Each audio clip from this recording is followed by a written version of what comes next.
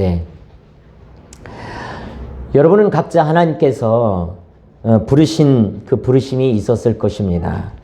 여기 있는 우리 자녀들은 모태 신앙일 것이지만 어른들은 살아가면서 어느 날 예수님을 믿게 되고 교회를 다니게 되었을 거예요.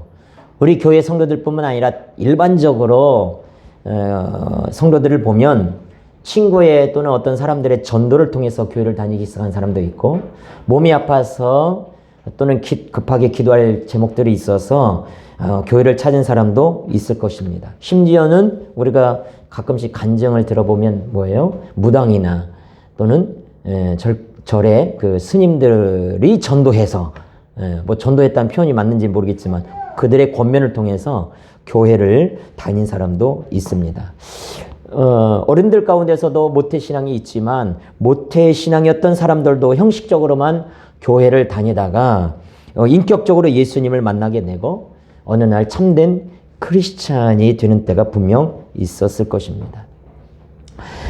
지금 우리가 날마다 듣고 있는 다니엘 기도의 간증들을 보면 하나님의 부르심에는 다양하다는 것을 우리가 느끼고 있지 않습니까? 어제도 우리 말씀을 간증을 들려주셨던 그 이승재 목사님도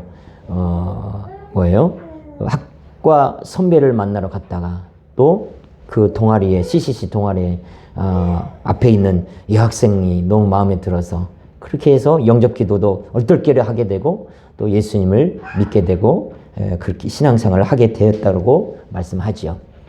이렇게 예수님 하나님의 부르심은 다양합니다. 하나님이 저를 부르시면은 이랬습니다. 크게 저는 하나님이 저를 부르시면 두 가지로 나누는데, 첫 번째 교회로의 부르심인데요. 하나님께서 저를 교회로 부르심은 교회 종소리를 통해서 저를 부르셨습니다. 중학교 1학년 11월 어느 날 일요일 날 아침에 시암이 뭔지 아시나요? 집에 있는 우물가, 바깥에 있는 우물가에서 세수를 하고 있는데 옆 동네에 있는 교회에서 종소리가 들리는 거예요. 근데 다른 때도 종소리를 들었지만, 교회 종소리를 들었지만 그날은 왠지 그 종소리가 너무 듣기 좋게 들리는 거예요. 그래서 세수하면서 교회 종소리 너무 좋다. 오늘 교회 한번 가볼까? 그런 마음이 갑자기 들어서 바로 세수하고 준비하고 교회 갔는데 9시에 중고등부 예배가 있었습니다. 그래서 그날 처음 교회 종소리 듣고 간 그날 9시 예배, 중고등부 예배, 11시 대예배, 1시 반에 주일학교 예배, 3시 반에 오후 예배, 그리고 수요 예배, 심지어는 구역 예배까지 그날부터 그냥 하나님이 바로 저를 예배자로 세우셨습니다. 하나님은 교회 종소리를 통해서 저를 부르신 거예요. 두 번째는 목사로의 부르심인데요. 요한복음 21장 15절에 보면 부활하신 예수님이 베드로에게 이런 질문을 하시죠. 그들이 조반 먹은 후에 예수께서 시몬 베드로에게 이르시되 요한의 아들 시몬아, 네가 이 사람들보다 나를 더 사랑하느냐 하시니 이르되 주님 그러하나이다. 내가 주님을 사랑하는 줄 주께서 아시나이다. 이르시되 내 어린 양을 먹이라.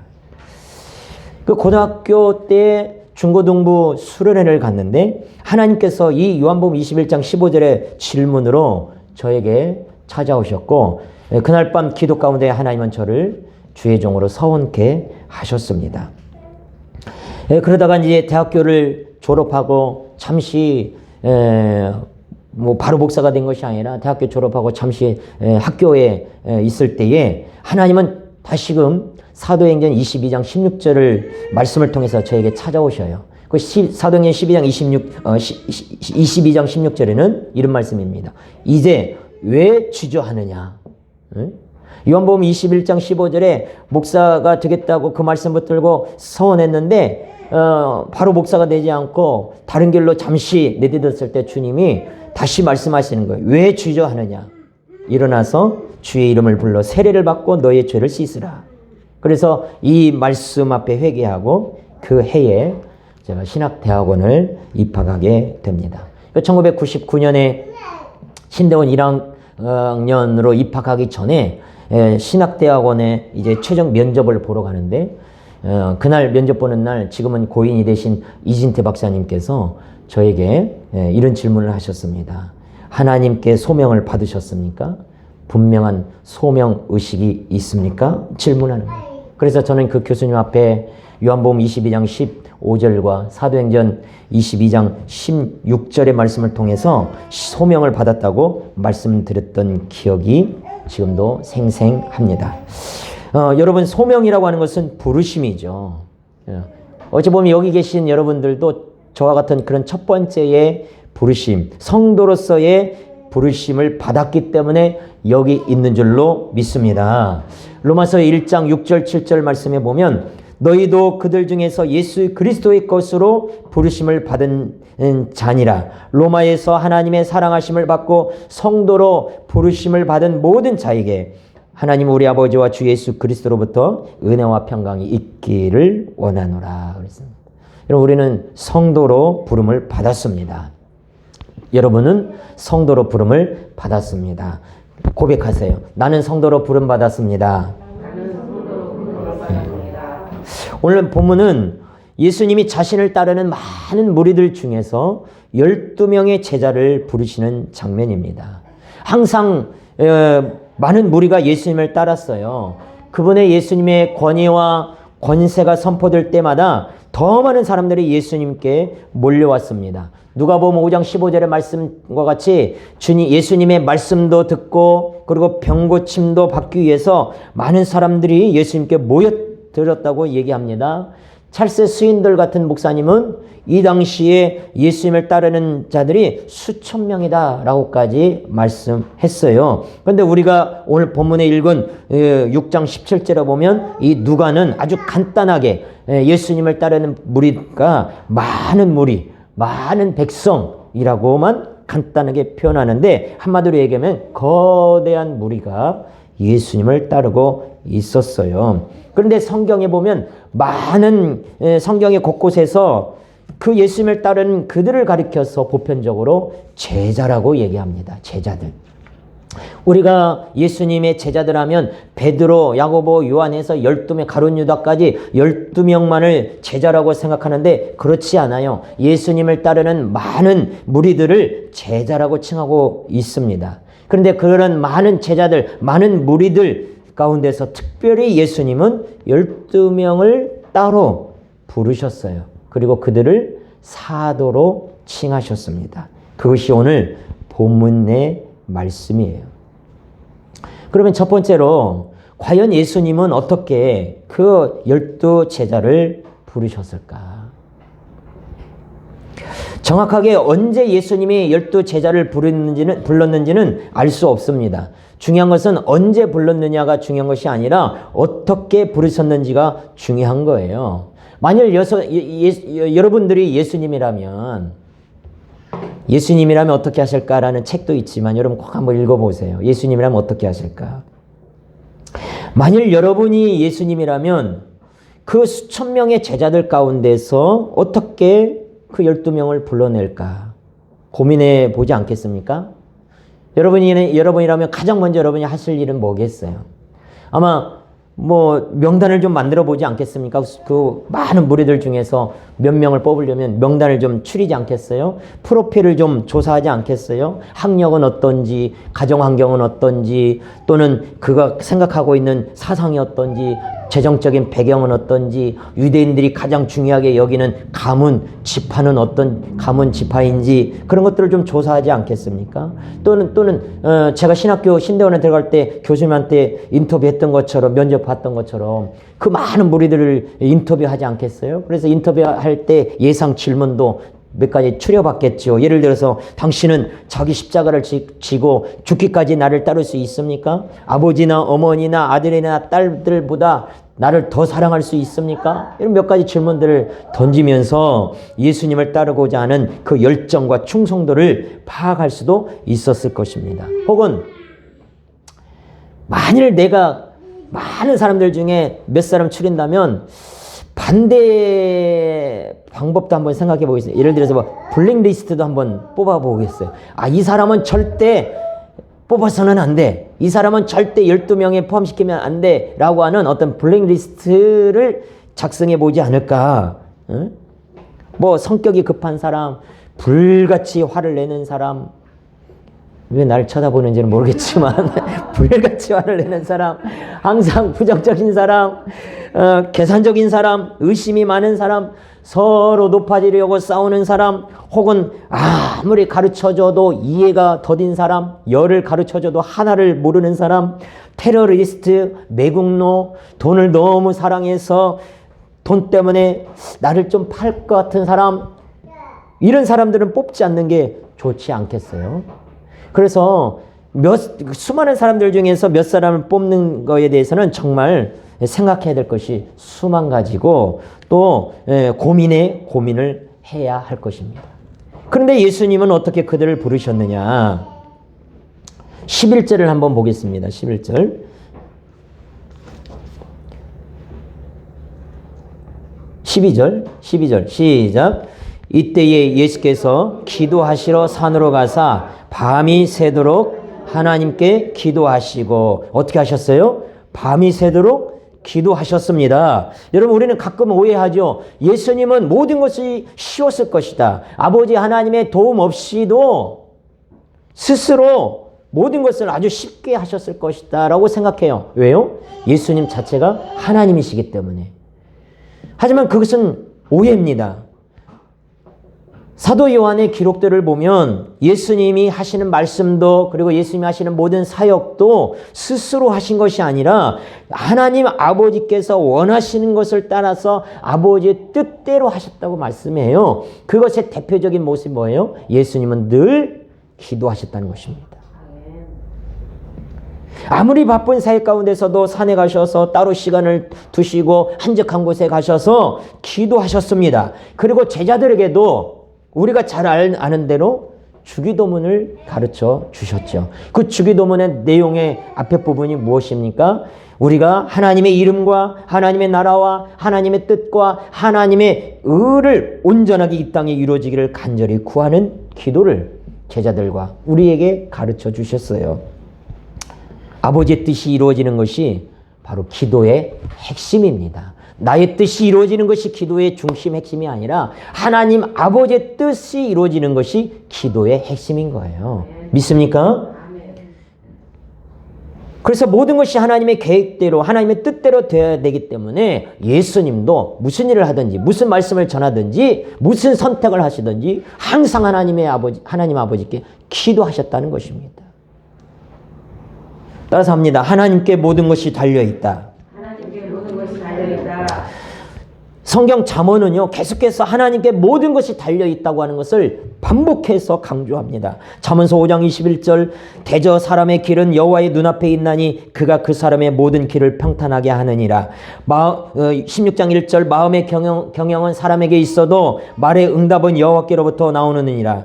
16장 9절, 사람이 마음으로 자기의 길을 계획할지라도 그의 걸음을 인도하시는 이는 여호와시니라. 16장 33절, 제비는 사람이 뽑으나 모든 일을 작정하기는 여호와께 있느니라. 19장 21절, 사람의 마음에는 많은 계획이 있어도 오직 여호와의 뜻만이 완전히 서리라.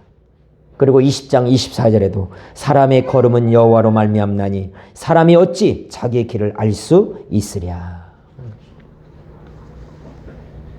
하나님께 모든 것이 달려있다. 우리는 이 중대한 사실을 종종 자주 잊어버리죠. 그러나 예수님은 이 사실을 잊지 아니하셨습니다. 그래서 예수님은 12명의 제자를 부르시기에 앞서서 밤이 새도록 하나님 앞에 뜻을 구하는 기도를 하셨던 것입니다. 밤이 새도록 기도하셨습니다. 밤새도록 철회하며 기도하셨어요. 이 밤이 새도록이라는 단어는 의학적인 용어예요. 의학적인 용어. 의사들이 쓰는 용어예요. 누가는 직업이 뭐라고 그랬어요? 의사라고 그랬잖아요. 의사 출신인 이 누가가 예수님의 기도의 모습을 기록하면서 의학적인 단어를 쓰는 거예요. 마치 환자를 간호하는 사람이 한시라도 곁을 떠나지 아니하고 밤새 간병하듯이, 그렇게 예수님께서 하나님을 떠나지 않고 밤새 그분 앞에 엎드려 기도하셨다라는 그 단어로 밤이 새도록 이렇게 썼다는 것이죠. 우리 기도를 점검해 보기를 원합니다. 우리의 기도는 얼마나 지속성을 가지나요? 우리가 철회하며 기도해 본 적이 언제입니까? 일반적으로 우리는요, 1시간 기도하기 쉽지 않지요. 1시간요? 1시간씩이나? 우리는요, 30분 기도하기도 쉽지 않아요. 예? 우리 애들 보세요. 5분 기도하고 자요, 그냥 자. 예수님께서도 겟세마네 동산에서 기도하실 때 잠자고 있던 제자들에게 찾아오셔서 너희가 1시간도 깨어 있을 수 없더냐? 라고 책망하신 거지. 무슨 일이든 오랜 시간을 투자하지 않고는 얻을 수 없다는 것을 우리가 기억하기를 원합니다. 하나님께 뭔가를 얻기 원한다면 오랜 시간을 하나님께 매달려야 하는 것이죠. 아기가 부모에게 앙탈을 부리듯이 떼를 쓰라는 것이 아니라 하나님은요, 그만큼 우리에게 기도하기를 원하신다는 것입니다. 야곱과 엘리야가 대표적이지 않습니까? 야곱은 어떻게 기도했습니까? 야복강가에서 자기 허벅지 관절이 부러질 정도로, 허벅지 관절이 부러질 정도로 기도했고, 엘리야는 하늘에서 비가 내릴 때까지 끝까지 기도했던 사람이었습니다. 예수께서 오랜 시간 기도하셨던 것처럼 우리도 좀 더 많은 시간을 내어서 주님께 기도해야 될 줄로 믿습니다. 우리 옆 사람 보면서 좀 더 기도하시게요. 예. 두 번째, 그러면 예수님은 누구를 부르셨느냐 하는 것이, 누구를 부르셨느냐. 그 명단이 14절부터 16절까지 나옵니다. 우리가 잘 알고 있는 12명의 명단입니다. 먼저는 베드로입니다. 베드로의 원래 이름은 시몬이죠. 예수님이 그를 처음 만났을 때에 반석이라고 하는 뜻의 이름 베드로로, 시몬의 이름을 베드로로 바꿔주셨습니다. 베드로는 어부였고 성격이 참 급한 사람이었습니다. 그래서 성경에 읽다 보면 예수님과 베드로가 대화할 때 베드로는 아예 작정을 한 것 같아요. 베드로가 무슨 말을 하든지 내가 먼저 대답해야지. 막 이게 작정을 한 것 같아. 그래서 예를 들어서 빌립보 가이사랴에서 너희는 나를 누구라고 생각해? 라고 예수님 질문했을 때 베드로가 그냥 주저하지 않고 네, 주님은 그리스도시요 살아계신 하나님의 아들이십니다 라고 하는 그냥 A+의 대답을 하죠. 그런데 곧바로 뭐예요? 예수님이 십자가에서 내가 죽을 것이다 라고 얘기했을 때 그 예수님이 십자가의 죽음을 만류하고 그러면 안 됩니다. 또 나서서 그러다가 이 사탄아! 뒤로 물러가 예수님의 책망을 받습니다. 그러니까 A+를 받다가 잠시 후에 곧바로 F 학점을 받는 셈이 되는 것이죠. 예수님처럼 물리를 걸어갔다가 의심해서 빠져 들어가기도 했고요. 다른 사람은 다 주님을 떠나도 나는 절대 예수님을 버리지 않습니다. 호언장담했다가도 예수님을 저주하며 부인했던 사람이 베드로입니다. 그 다음 베드로를 예수님께 인도했던 베드로의 동생 안드레입니다. 이 안드레는 처음에는 세례 요한의 제자였지만 예수님을 만나고 나서 자기의 형 베드로에게 달려가서 우리가 메시아를 만났다 이야기하고 자기의 형 베드로를 예수님께로 인도했던 사람이 이 동생 안드레입니다. 베드로처럼 안드레도 어부였고 성경에 예수님께 이런 말을 했던 적이 있습니다. 오병이의 기적을 일으킬 때 한 어린아이의 도시락을 가져온 사람이 이 안드레인데 이 안드레가 예수님 앞에 이런 말을 하죠. 예수님, 여기 한 아이의 보리떡 5개와 물고기 2마리가 있는데 아이고 이것 가지고 이 5,000명이 넘는 이 많은 사람들을 먹일 수나 있겠습니까? 이거 조그만 것 가지고 먹일 수 있겠습니까? 라며 계산하는 거예요. 믿을 수 없는 거예요. 불신하는 것이죠. 그가 바로 안드레였던 것입니다. 세 번째입니다. 역시 두 형제가 나오죠. 바로 야고보와 요한입니다. 형제입니다. 이 세베대의 아들들이라고 얘기했고 베드로의 동업자 어부입니다. 이 베드로와 그 형제 안드레 그리고 세베대의 아들 야고보와 요한 이 네 사람은 모두 한자리에서 예수님의 부름을 받았죠. 누가복음 5장에 보면 바닷가에서 밤새도록 고기를 못 잡던 그들을 예수님 오셔서 그물이 찢어지도록 잡았던 내용을 우리가 몇 주 전에 살펴보았지 않습니까? 한자리에서 이 네 명이 예수님 부름을 받고 배와 그물을 버려두고 예수님을 쫓았습니다. 이 네 명 중에 안드레를 뺀 베드로와 요한과 야고보 이 세 사람은 후에 예수님의 핵심적인 제자가 되죠. 그래서 변화산 사건이라든지 또는 야이로의 딸을 고쳐주는 달리다 굼 이 유명한 기적을 베푸는 그 몇 가지 그 기적적인 현장에 이 베드로와 요한과 또 야고보 이 세 사람만 동참시키는, 배석시키는 그러한 일들이 있었습니다. 그럼에도 불구하고 이 야고보와 요한은 별명이 있는데 보아너게, 천둥의 아들들이라는 별명이 붙여집니다. 왜요? 그들의 성격이 뭐예요? 불 같은 거예요. 불 같은 거. 그래서 예수님과 자기들의 일행을 맞이하지 아니하는 사마리아 사람들을 향해서 예수님, 하늘에서 불이 내려서 우리를 맞이하지 않은 저 사마리아 사람들을 멸하게 해주십시오라고요. 불같이 화를 낸 사람들이 이 세베대의 아들 야고보와 요한이었습니다. 나중에 예수님이 나라를 세우시면 예수님의 나라 오른쪽과 왼쪽을 우리에게 주십시오라고 한 특별한 차례를 요청했던 자들도 이 두 형제죠. 그것도 누구 찬스로? 엄마 찬스로. 그 다음에 빌립과 바돌로메입니다. 14절 끝에 빌립과 바돌로메. 이들은 형제는 아니지만 관련이 있습니다. 요한복음 1장 43절에 보면 예수님께서 빌립에게 나를 쫓으라 했을 때 빌립이 쫓았고, 이 빌립이 나다나엘을 찾아가서 여러 선지자가 기록한, 모세가 율법에 기록하였고 여러 선지자가 예언했던 그 메시아를 우리가 만났다, 요셉의 아들 나사렛 예수다 라고 이 빌립이 나다나엘에게 가서 얘기합니다. 그때 나다나엘이 뭐라고 얘기해요? 무슨 나사렛에서 선한 이가 날 수 있느냐? 코웃음을 치면서 처음에는 거부했지만 그래도 와보라, 그래도 와봐 라고 하는 빌립의 말에, 초청의 말에 예수님께 왔던 사람인데, 이 나다나엘을 향해서 예수님 뭐라고 얘기합니까? 야, 이 사람은 참 이스라엘 사람이다. 그 속에는 간사한 것이 없다 라고 예수님이 나다나엘을 칭찬하셨는데, 그 나다나엘의 그 예수님 앞에 뭐라고 신앙 고백합니까? 예수, 당신은 하나님의 아들이시요 당신은 이스라엘의 임금입니다 라고 고백하면서 이 나다나엘이 예수님을 따르게 됩니다. 이 나다나엘이 누구냐? 바로 바돌로메예요. 빌립은 베세다 사람으로 안드레, 베드로와 한 동네 사람이었고, 어느 날 예수님 앞에 이렇게 얘기하죠. 예수님, 하나님을 우리에게 보여주십시오. 그때 예수님의 책망을 듣습니다. 빌립이.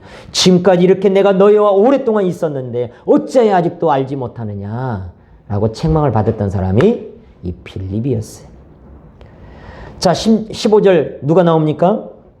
마태지요. 여러분, 마태는 우리가 몇 주 전에 살펴봤습니다. 세리였고 매국노였고 배신자였습니다. 많은 사람들에게 질타를 당하던 그런 사람이었습니다. 그 다음에 도마입니다. 여러분, 도마하면 여러분 기억나는 단어가 있죠? 뭐예요? 도마하면 기억나는 거, 생선 도막?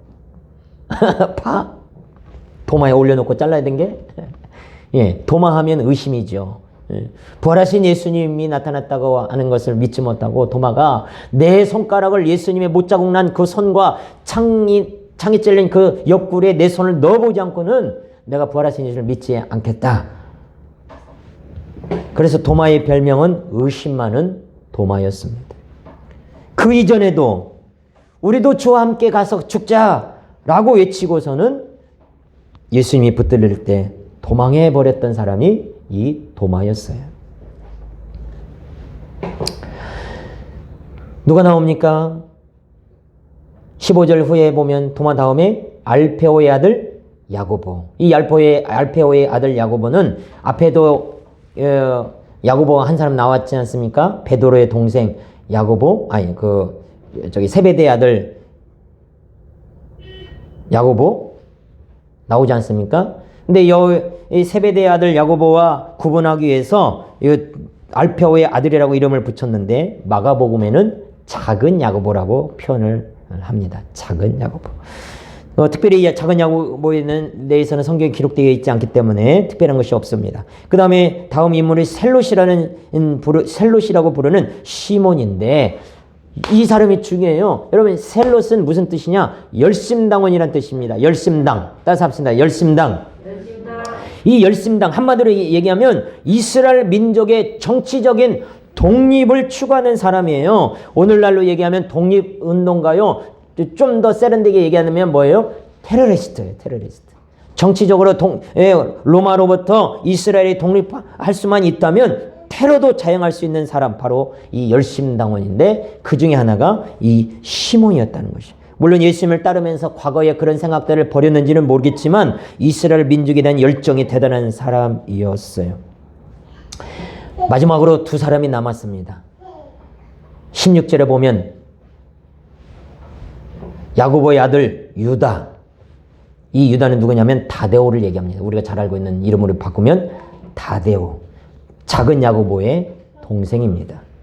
드디어 마지막 인물은 가룟 유다. 예수님을 파는 자들 가룟 유다라고 소개하는데, 이 가룟이라고 하는 지역의 출신 이 유다인데 예수님의 제자들 중에서 특별히 예수님의 공동체의 그 돈꾀를 맡았던, 회계를 맡았던 사람이죠. 결국 이 돈에 대한 탐욕을 이곳저곳에서 보여주다가 그 당시에 노예 한 사람의 값인 은 30을 받고 예수님을 팔아 버리죠. 예수님은 그가 차라리 나지 않았으면 좋을 뻔했다 말씀했습니다. 여러분, 이렇게 간단히 12명의 사람을 살펴보았는데요. 여러분 눈치채셨는지는 모르겠지만 이 12명의 사람들 중에 종교 지도자는 한 사람도 없다는 것입니다. 대제사장이나 또는 제사장이나 또는 레위인이나 바리새인이나 서기관, 종교 지도자들은 없어요. 한 사람도. 성경에 대한 지식과 랍비의 전통에 대해 밝히 알았던 사람들은 없었다는 것이에요. 다른 말로 얘기하면 이 12사람은 대단한 사람이 아니고 지극히 평범한 사람이었습니다. 그런데 복음서에, 사복음서에 나오는 이 12명의 사람들의 그들의 모습을 보면요, 항상 예수님의 가르침을 이해하지 못해요. 예수님께 여러 번 그들은, 이 12명이 여러 번에 걸쳐 예수님의 책망을 받습니다. 아직도 깨달음이 없느냐? 어찌하여 알지 못하느냐? 책망을 여러 번 들어요. 그리고 믿음도 연약합니다. 예수님이 여러 번 그들에게 믿음이 적은 자라고 책망하셨어요. 누가복음 24장에 미련하고 선지자들이 말한 모든 것을 마음에 더디 믿는 자들, 내가 얼마나 너희를 더 참으리요? 라고 하면서 책망도 하셨어요. 뿐만이 아닙니다. 이 12명은요, 종종 내가 크다, 네가 크냐, 내가 크다 하면 서로 누가 크냐고 싸움도 했고요. 예수님이 잡히시던 날 모두가 예수님을 떠나버립니다. 어떻게 이런 12를 특별한 사람으로 부를 수 있느냐는 것이죠. 미련하고 이해가 부족하고 믿음도 없고 종종 싸우고 부족한 사람들입니다. 수천 명의 제자들 가운데 이보다도 더 나은 사람이 분명히 있었지 않았겠어요? 학력도 좋고 배운 것도 많고 성격도 더 온순하고 출신이 더 괜찮고 직업이나 배경이 더 좋은 사람, 스펙이 더 많은 사람, 또는 예수님의 사역을 힘껏 도울 수 있는 그런 재력도 가지고 있는 사람, 얼마든지 있지 않았겠습니까? 그런데 왜 이 12였겠느냐 이 말이죠. 죄송한 표현이지만 예수님께서 선택하신 12 제자는 한마디로 별 볼 일 없는 사람들이었다. 만일 예수님께서 이 12명의 베드로부터 가룟 유다까지 이 12명의 그 이력서를 오늘날로 얘기하면 자격 심사를 전문적으로 하는 경영연구소에 그 이력서를 갖다 주면서 이 사람들을 제자로 뽑을까 하는데 한번 분석해 보시죠 라고 의뢰했다면 이런 답변을 받지 않았을까라고 생각해 봅니다. 한번 어떤 분이 그렇게 글을 썼더라고요. 의뢰하신 12명의 이력서를 검토하고 심리 테스트와 적성 검사를 통해 산출된 결과는 다음과 같습니다. 한마디로 그들은 당신의 제자로는 자격 미달입니다. 학력이 너무 낮고 경험이 부족합니다. 팀워크 개념도 없고 성격이 너무 과격합니다. 무능력하고 개인의 이익에만 집착합니다. 매사에 부정적입니다. 사상이 건전하지 않은 사람도 있습니다. 그런데 귀하가 추천하신 12명 중에 긍정적인 평가를 받은 사람이 하나 있습니다. 그 사람은 가룟 유다인데 그는 능력과 지식이 풍부하며 재무관리에 대한 탁월한 감각과 판단력이 있습니다. 사교성도 있고 강한 의욕도 가지고 있습니다. 따라서 본 연구소는 가룟 유다만 예수님의 제자가 될 자격을 갖추었다고 추천합니다. 아마 이런 결과 답변을 얻지 않았을까라고 어떤 분이 기록을 했더라고요. 세상의 기준으로 보면 가룟 유다를 제외한 모든 제자들은 자격 미달이었어요. 학력으로나 배경으로나 직업으로나 성격으로나 12제자들 중에 사람들의 부러움을 살 만한 사람은 한 사람도 없었습니다. 오직 가룟 유다만 자격을 갖춘 것처럼 보여요. 그런데 결과는 정반대죠. 세상 사람들의 자격 미달로 보았고 우리도 의아심을 품고 있는 그 11명의 제자들은 모두 자신의 목숨을 바쳐서 하나님의 나라를 위해서 희생하고 헌신합니다. 그들의 순교의 피로 복음이 유럽과 아시아 그리고 아프리카까지 복음이 전해지죠. 반면에 아주 유능하다고 인정받았던 가룟 유다는 하나님의 나라를 위해서 일하기는커녕 예수님을 팔아버리고 자살하고 맙니다.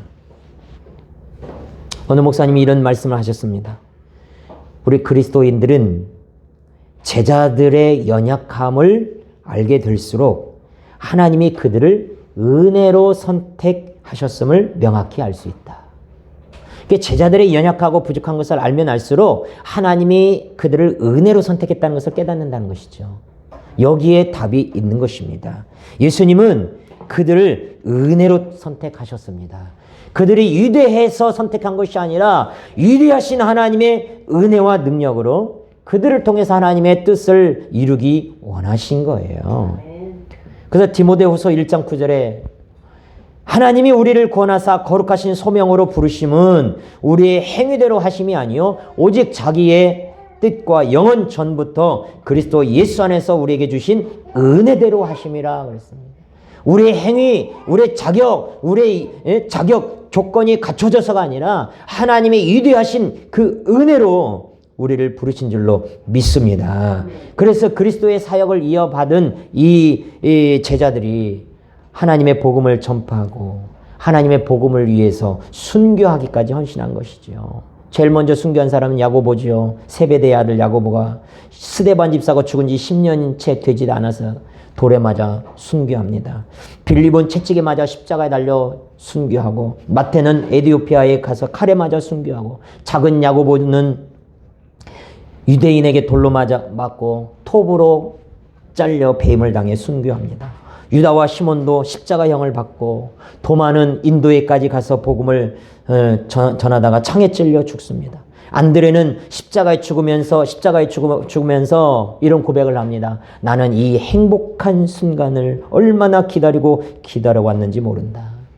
나다나엘, 다시 말하면 바돌로메는 아르메니아에서 살같이 다 뜯겨지는 그런 고통을 겪으면서 채찍에 맞아 죽습니다. 베드로는 로마에서 순교당할 때 내가 어찌 주님과 같이 그렇게 죽을 수 있느냐. 나를 거꾸로 매달아라. 십자가에 거꾸로 매달아 순교를 당합니다. 하나님의 부르심에는 후회함이 없으시고 하나님의 일하심에는 실수함이 없다는 거지요. 어제도 우리 이승재 목사님의 간증을 들으면서 정말 주옥과 같은 한 문장이 저의 가슴을 때렸는데 뭐냐. 하나님의 나라에는 쓰레기통이 없다는 것이죠.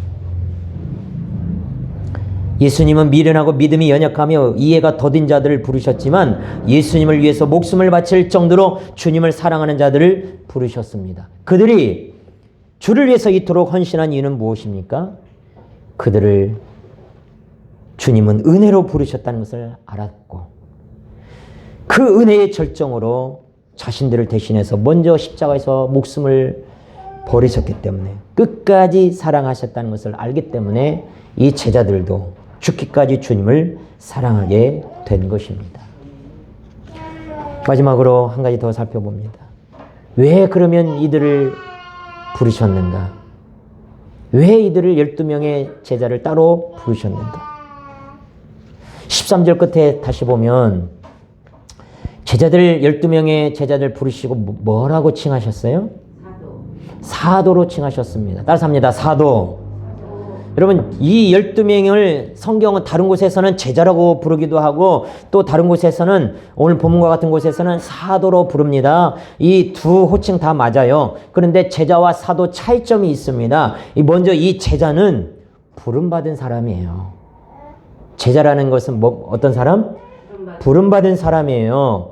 그러니까 아무나 제자가 되는 게 아니죠. 내가 스승을 따르겠다고 스승을 따르는 사람을 우리가 제자라고 보통 부르지만 엄밀히 얘기하면 그게 맞는 말은 아닙니다. 내가 따를 스승을 내가 스스로 정하고 그 스승을 내가 따른다고 해서 제자가 되는 것이 아니에요. 반대로 어떻게 해야 돼요? 스승이 나를 불러야 내가 제자가 되는 것입니다.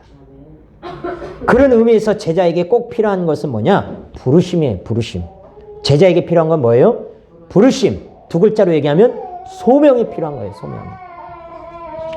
그래서 제가 신학교 갈 때 교수님이 뭐라고 저에게 인터뷰했다는 거 얘기했어요? 무엇이 있습니까?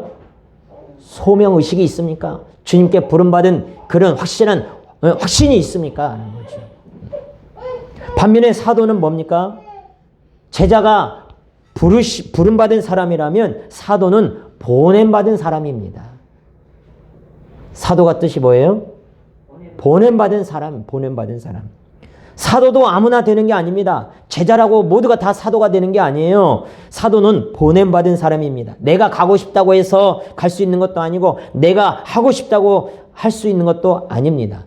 내게 할 일을 주시고 나를 보내주셔야 우리가 사도가 되는 것이죠. 물론 지금은 사도라는 직함은 없지만 사도성의 임무는 있는 것이죠. 그런 의미에서 사도에게 꼭 필요한 것은 할 일을 위한 보내심이 필요한 거예요. 이 보내심 두 글자로 얘기하면 그게 사명인 것입니다. 부르심 그것은 소명이라면 보내심 그것은 사명인 거예요. 여러분 사명이 있습니까? 여러분에게 맡긴 우리 교회를 부르신 소명이 있습니다. 그리고 우리에게 맡겨주신 이 세상에 이 전주 땅에 보내신 사명이 있는 것입니다.